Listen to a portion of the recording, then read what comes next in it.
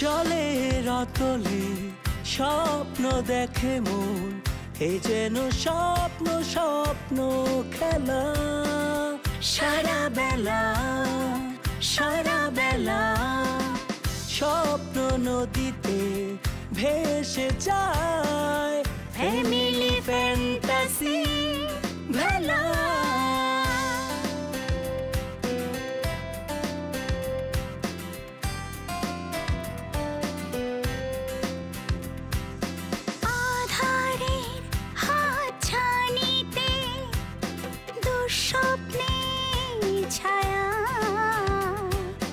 থমকে যায় সময় ঘড়ি, জানি সুখ তুমি ফিরবে বাড়ি। কাটে রাত কাটে দিন, নতুন রঙে মন রঙিন, ভালোবাসার অনিমেষ হাত ছানিতে স্বপ্নে বিভোর। Family fantasy, family fantasy, family fantasy.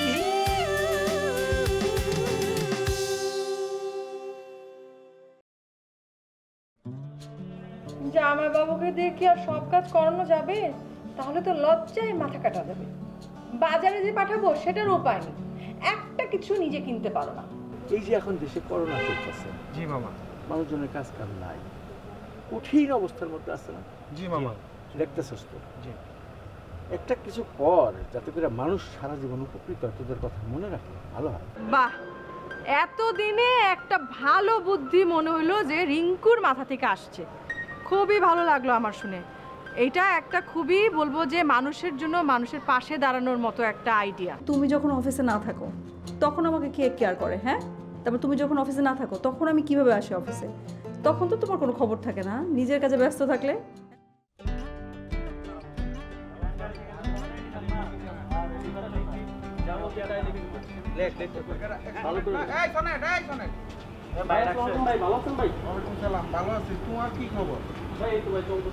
তুমি তো আগে বাইরের লাগা দেখা সাক্ষাৎ করতা, এখন তোকে বাইরের কাছে আহো না। বুঝলাম যে দেশে করোনা হয়েছে, তুমি করোনার কারণে বাইরেও নাই, কিন্তু এখন তো করোনাটা একটু কমছে, এখন তো একটু বাইরে বাইরের লাগায় সময় দিতে পারো। এই যে দেখো না আমার লাগে আমি দুইটা ভাই বেড়া ধরলে, আমি তো অন্য একটা কাজে নেমে গেছি, বুঝছো? এই যে করোনার কারণে মনে করো অনেক মানুষের তো মনে করো বিশাল ক্ষতি হয়ে গেছে গা।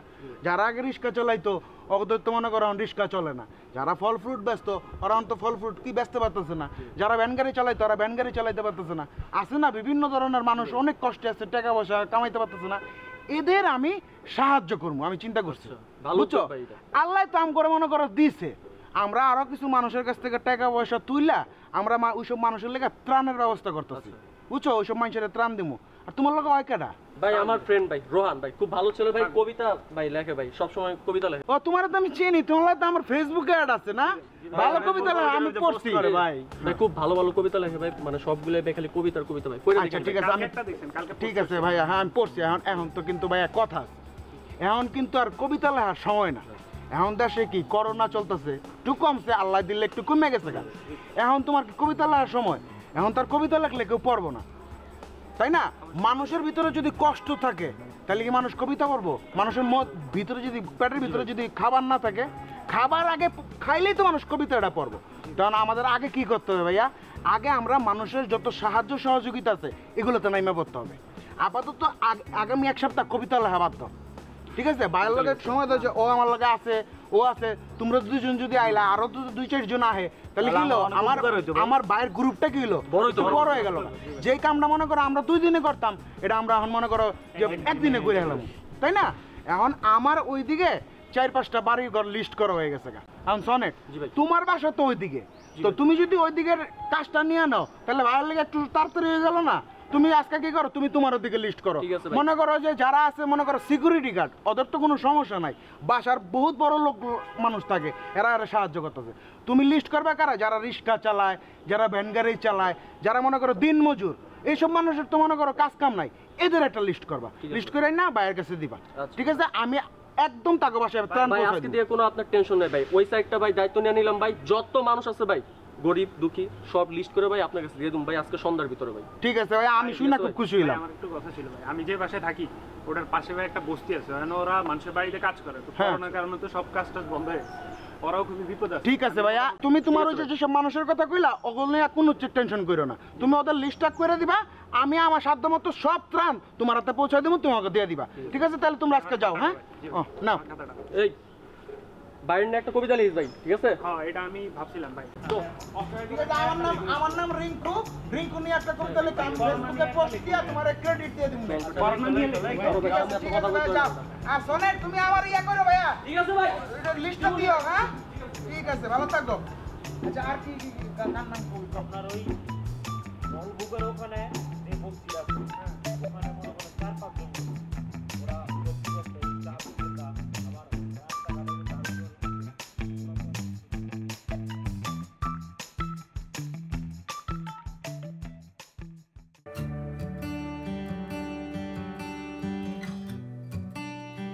বাহ, সব দেখে একদম রেডি।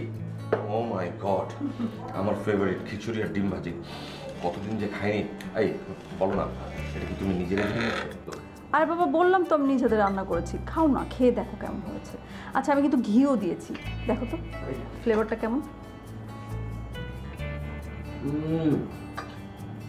দুর্দান্ত দুর্দান্ত। ইস, কতদিন যে ডিম আর খিচুড়ি খাইনি, দারুণ হয়েছে কিন্তু রান্না, সত্যি। আচ্ছা সত্যি মজা হয়েছে? আরে সত্যি মানে 3 সত্যি। ইস, আবার আমার মুখ থেকে শুনতে চাই। দেখো আমি কোনোদিন তোমার হাতের রান্না এর আগে খাইনি। দারুণ হয়েছে, দারুণ। তুমি না থাকলে আমার যে কি হতো না। কি হতো? একটা এই বুড়িটা আরো বিশাল বানিয়ে থপ থপ করে হাঁটতাম কুমিরের মতো। এই শোনো না, খাইয়ে দাও না আমাকে প্লিজ, তোমার হাতের খাওয়া। কি যে পাগলের মতো কথা বলছো না, অফিসের মধ্যে কে কখন এসে পড়বে, খাও তো, কথা বলো না। দাও না, এখানে কি হবে? খাও। হ্যাঁ ঠিক আছে, মনে রেখো। খুবই দারুণ হয়েছে।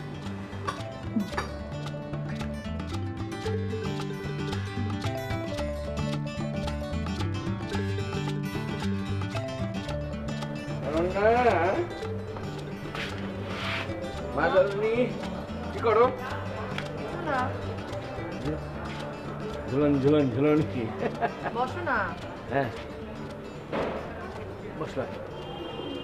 এই তোর কি মন খারাপ? না তো, বরং মন আগের থেকে অনেক। যাক যাক, ভেরি গুড। তা ভালোটা কেন সেটা বলো আমাকে। মামা, হ্যাঁ এই যে রিঙ্কু, হ্যাঁ, ওকে যে সারাক্ষণ অনেক বকাঝকা করে। কেন আবার কিছু করেছে তোর সাথে? আরে কিছু করে নাই। তাহলে রিঙ্কু অনেক দিন পর আমার মনে হলো একটা ইনোভেটিভ মানে মহৎ কাজ করতে যাচ্ছে এবং সেটার জন্য বেশ কিছু আইডিয়াও ডেভেলপ করছে। আল্লাহ, শুনিস আল্লাহ, রিঙ্কু করতেছে মহৎ কাজ, রিঙ্কু ইনোভেটিভ করতেছে। আরে আমি আমার নাম বলেনি, কিছু বলেনি না, মানে আমাকে যেটা, হ্যাঁ আমি বলি, আমাকে যেটা ওরা শেয়ার করলো যে করোনাকালীন সময়ে তো অনেক মানুষ ক্ষতিগ্রস্ত হয়েছে, অনেকের কাজ চলে গেছে, বাসস্থান হারিয়েছে, খাদ্যের অভাব হয়েছে, সব কিছু মিলায় মানে ওরা একটা টিম হয়ে ঘুরে ঘুরে বেড়াবে এবং কারা অনেক ক্ষতিগ্রস্ত, কাদের অনেক সাহায্যের প্রয়োজন সেটার একটা লিস্ট করে চাঁদা তুলে ওরা সাহায্য করবে। আমি তো শুনে বললাম যে আমার যতটুকু সামর্থ্য আছে আমি অবশ্যই সাহায্য করব। তোমার কথা বলেছে যে তুমি সাহায্য করবে। ওরে বাবা, আমি কইলাম বাদাইম্যার ঘরের বাদাইম্যারা রাস্তা রাস্তায় এইভাবে ঘুরোস, একটা কাজ কর, কিছু ভালো কাজ কর সমাজে। এই পরিস্থিতিতে 3টা উইং করে দিলাম আমাদেরকে। একজন যাবে বস্তি টস্তিতে, বস্তিবাসী কারা বেশি ক্ষতিগ্রস্ত কাজ কামরায়, 2 নম্বর হচ্ছে ভ্যান গাড়ি ট্যান গাড়ি যারা চালায় তাদের কোনো ইয়ে নেই, কাঠমিস্ত্রি, রং মিস্ত্রি, এই ধরনের ছোটোখাটো মিস্ত্রি আসছে না যারা, তারা তো কোনো কাজ পায়নি, কোনো কাজই তো নাই। ওদেরকে বলছি এই 3টা উইংয়ের থেকে 500 লোকের একটা লিস্ট করে আমাকে দিবে, আমি সেই লিস্টটা ক্রস চেক করবো অ্যান্ড দেন ফিনান্সটা আমি করার চেষ্টা করবো। মানে তুই আমি আমাদের যাদের সামর্থ্য আছে সেই সামর্থ্য দিয়ে আমরা এই কাজগুলো করবো। তো গাধার বাচ্চারা মানে সব নিজেরা ক্রেডিট নিয়ে নিচ্ছে না সব। না, আমাকে কিন্তু বলেছে যে তুমি সাথে থাকবে এবং তুমি বলেছো সাহায্য করবে, কিন্তু মানে আইডিয়াটা যে তোমার মাথা থেকে এসছে সেই ব্যাপারে আমার সাথে ওরা কিছু বলে। আমি তো ওই যে গ্রামে থাকি না, গ্রামতে আছি তোর মানে বাবা আমাকে যেরকম বলে সবসময়। মামা শোনো, আমার কাছে যাই বলো না কেন, আমার মনে হয়েছে যে এতদিনে ওরা একটা কিছু কাজের কাজ করতে যাচ্ছে, আর আমি নিজে থেকে ওদের সাথে আমার একটা আইডিয়া শেয়ার করেছি। মানে মামা, আমরা আসলে সবাই হয়তো টাকা পয়সা দিয়ে একটু সাহায্য করব, একটা চাঁদার মতো তুলবো, কিন্তু সবার পক্ষে এখন ওইভাবে মানে টাকা দেওয়াও সম্ভব না। অনেক প্রতিষ্ঠান আছে যারা ফুড সাপ্লাই দিতে চাচ্ছে, যারা হয়তো বা চাল ডাল চিনি তেল এসব দিয়ে সাহায্য করতে চাচ্ছে। অনেক কোম্পানি আছে না, আমরা কিন্তু তাদের কাছ থেকেও সাহায্য নিতে পারি। আরেকটা জিনিস হচ্ছে কি, আমি ওদেরকে ভালো করে বলেছি, এই যে লিস্ট যেটা করবে তার মধ্যে আমাদেরকে খুব অথেন্টিক জায়গাগুলো বেশি তুলতে হবে। মনে করি যে এই রিক্সাওয়ালা ভ্যানগাড়িওয়ালা অমুক তমুক এরা কিন্তু কাজের বুয়া টোয়ারা রেগুলারই পাচ্ছে, যারা দিচ্ছে প্রায় সব ওই একই লিস্ট অনুযায়ী একই লোকের বাসায় 5 জন 6 জন করে দিয়ে যাচ্ছে। কিছু মধ্যবিত্ত আছে, নিম্ন মধ্যবিত্ত আছে, কারো কাছে হাত পাততে পারে না, মা ঘরে ভাত নাই। আমি তো এদিক ওদিক ঘুরি বুঝি, চেহারা দেখে তাকালে মলিন চেহারা, না খেয়ে রয়েছে বোঝা যায়, কারো কাছে হাতও পাততে পারে না, মান সম্মান নাই। হয়তো একটা প্রাইভেট কোম্পানিতে চাকরি করতে 10-15 হাজার টাকা চাকরি নেয়, বেতন নাই, কি করবে? আবার অনেকের এরকমও হয়েছে যে বেতন অর্ধেক হয়ে গেছে, হ্যাঁ তাই না? আর বাসা ভাড়া এই সবগুলো সবকিছু মিলায় তো আসলে, তারপরে বাচ্চাদের পড়ালেখার খরচ আছে, সেটা নয় বাদই দিলাম। এমনও আছে বাচ্চা নিয়ে বাচ্চার মা আরেকটা বাসায় কাজ করতে হয়তো রেখে দিয়ে, সে কাজ থেকে বন্ধ হয়েছে, ওই বাড়িতে এদেরকে নিষেধ করছে করোনার কারণে, এসো না। তাহলে কী করবে? এই যে মান সম্মান, মানে একেবারেই মান সম্মান যাওয়ার ভয়তে যারা হাত পাততে পারেনি তাদেরকে আমরা এমফেসিস দেবো, যাতে করে তারা অন্তত এই পরিস্থিতিতে সার্ভাইভ করতে পারে। এইটা কিন্তু ভালো কথা বলেছে, এটা তো আমার মাথায় ছিল না। থ্যাংক ইউ বল মামাকে। Thank you. শুধু তো মামাকে সারা জীবন হ্যাঁ মামা তুমি গ্রামে থাকো গ্রামে থাকো বলছিস, আমি সেগুলো বলছি, তোর ভাই তো বলে।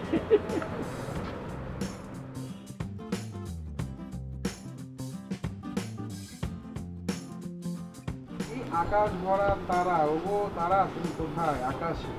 বাবা, এই কবিতার নাম কি আকাশ ভরা তারা? আকাশের নিচে তারা ভাই, কারণ এটা সত্যি কি বুঝবে এটা কবিতার আপডেট করতে করতে জিনিস পারলে কবিতা। ভাই আসসালামু আলাইকুম। ভাই আসসালামু আলাইকুম। ওয়ালাইকুম আসসালাম। তোমরা? ভাই ভালো আছেন? হ্যাঁ ভালো আছি। ভাইয়া আপনি অনন্যাপুর হাজবেন্ড না? হ্যাঁ, তোমাদের তো ঠিক চিনলাম না। ভাইয়া আমি হচ্ছি রিঙ্কু, আপনাদের পাশে সবসময় যাই তো, আমি আপনাদের চিনি।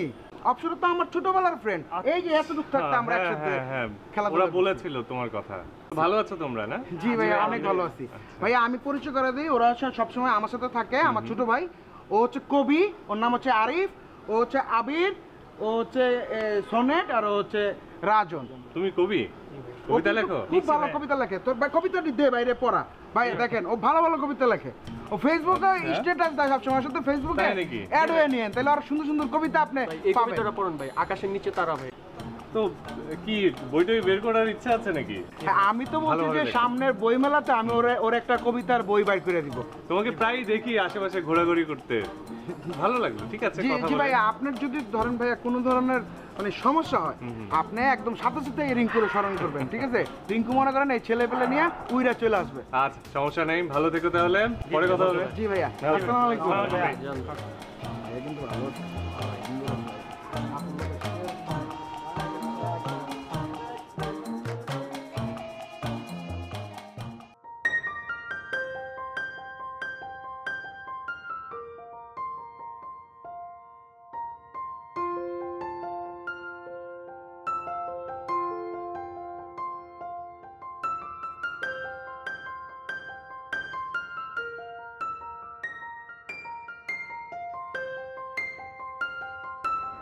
হ্যালো, হ্যাঁ কেমন আছো? আপু তুমি কিভাবে পারো বলো তো? 5,000 টাকার জিনিস 1,000 টাকায় কিনেছো, তার জন্য সাহস লাগে বুঝলি? আরে দোকানদারগুলো এক একটা বদমাইশ, এত বেশি দাম চায়। তোর কি মনে হয় ও লস করে আমাকে জিনিসটা দিয়েছে? তাও ঠিক, লাভ না হলে কেউ সেল করে নাকি? তাহলে বোঝ কতখানি লাভ করে আর আমাদের কতখানি লস হয়। তারপরও আপনি কম দিবেন এটা বলতে কেমন লজ্জা লাগে না? আরে এই ব্যাপারটাই তো ওরা ক্যাশ করে। মনে কর দাম ছিল 5,000, তুই হয়তো খুব কম হলে বলবি 4,000 টাকা, এবং তখন দোকানদার এমন ভাব করবে যে না না অনেক লস হয়ে যাচ্ছে। ঠিক আছে আপা, আপনি আসলে অনেক দিনের পুরনো কাস্টমার, অথবা বলবে সকাল থেকে বিক্রি হয়নি, এইসব বলে ঠিক আছে আপা, আপনার জন্য 4000 টাকা দিলাম। তারপরেও তুই চিন্তা কর কতখানি লাভ হলো ওদের। হ্যাঁ সেটাই, মানে তুমি না আসলে গ্রেট। হ্যাঁ হতেই হবে, কার বোন দেখতে হবে না। তারপর আপু আজকে আমার অনেক মজা লাগছে শপিং করতে, তোমার সাথে শপিং করে অনেক কিছু শিখলাম। দূর, শপিংয়ের কথা বাদ দে, আমার কি ভালো লাগছে জানিস, কতদিন পর তোর সাথে রিক্সায় ঘুরে বেড়াচ্ছি। রিক্সায় তো আজকাল চড়াই হয় না, রিক্সায় চড়ার একটা মজা আছে অন্যরকম, তাই না? ঠিকই বলেছো, আমার তো অনেক ভালো লাগছে, চারদিক সব দেখা যাচ্ছে, স্লো চলতেছে। অনেকক্ষণ হয়ে গেছে, তোর দুলা ভাইয়ের একটা খোঁজ নেই। দাঁড়া,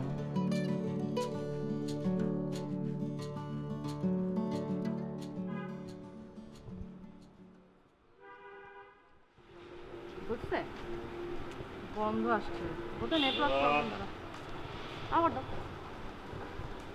আরে না, খাচ্ছি তো, না খেলে কাজ করব কি করে? আর এই ফোনটা বন্ধ না রাখলে কাজ করতে অনেক ঝামেলা হয়, এর ওর ফোন ধরতে হয়। আচ্ছা শোনো, এখন তাহলে রাখি, পরে কথা হবে।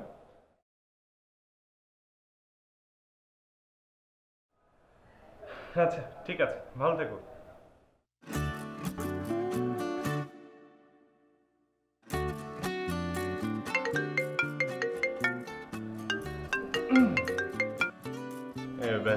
হ্যালো। এই কি ব্যাপার, তোমার ফোন বন্ধ পাচ্ছিলাম কেন? কি করছিলে? আরে কই বন্ধ ছিল, ফোন তো অনই ছিল, মনে হয় নেটওয়ার্কের প্রবলেম। আমি তো ফোনে গেম খেলছিলাম। আমাকে শেখাও না, দাঁড়াও দেখাচ্ছি, বাসায় এসে তোমাকে চিনিয়ে খাবো। এই বাবু, বিশ্বাস করো আমি গেম খেলছিলাম। আচ্ছা তোমরা কোথায়? মামা তো এখনো আসেনি, একা একা খুব বোরিং লাগছে। ওটাই তোমার শাস্তি, আমাদের আসতে আরো ঘন্টা দুয়েক সময় লাগবে। তুমি খেয়ে নাও। আচ্ছা ঠিক আছে, আমি ওয়েট করছি, তোমরা আসো একসাথে খাবো। বাবা ফিরেছে? না এখনো তো আসেনি। শোনো, আমি বুয়াকে বলে আসছি, টেবিলে খাবার দেওয়া আছে, তুমি চাইলে খেয়ে নিতে পারো, আর না হলে বাবা আর মামার জন্য অপেক্ষা করতে পারো, আসলে একসাথে খেলে। না না ঠিক আছে, আমি ওয়েট করছি। একা একা কি খাওয়া যায় নাকি? এতদিন যে একা একা খেয়েছো, তখন আমি কোথায় ছিলাম? তখন মনে হয় খাওয়া না করে বন্ধ করে বসেছিলে। আরে বাধ্য হয়ে খেয়েছি তো, তুমি আসো তাড়াতাড়ি, ভালো লাগছে না একা একা। ওরে আমার লাড্ডু গুড্ডু, এতদিন না দেখে কিভাবে ছিলে? হ্যাঁ, এখন খুব দেখা করতে হবে, আসতে হবে, নাহলে খেতে পারবে না, একা একা থাকতে পারবে না। থাকো, ওয়েট করতে থাকো। ও বাপরে,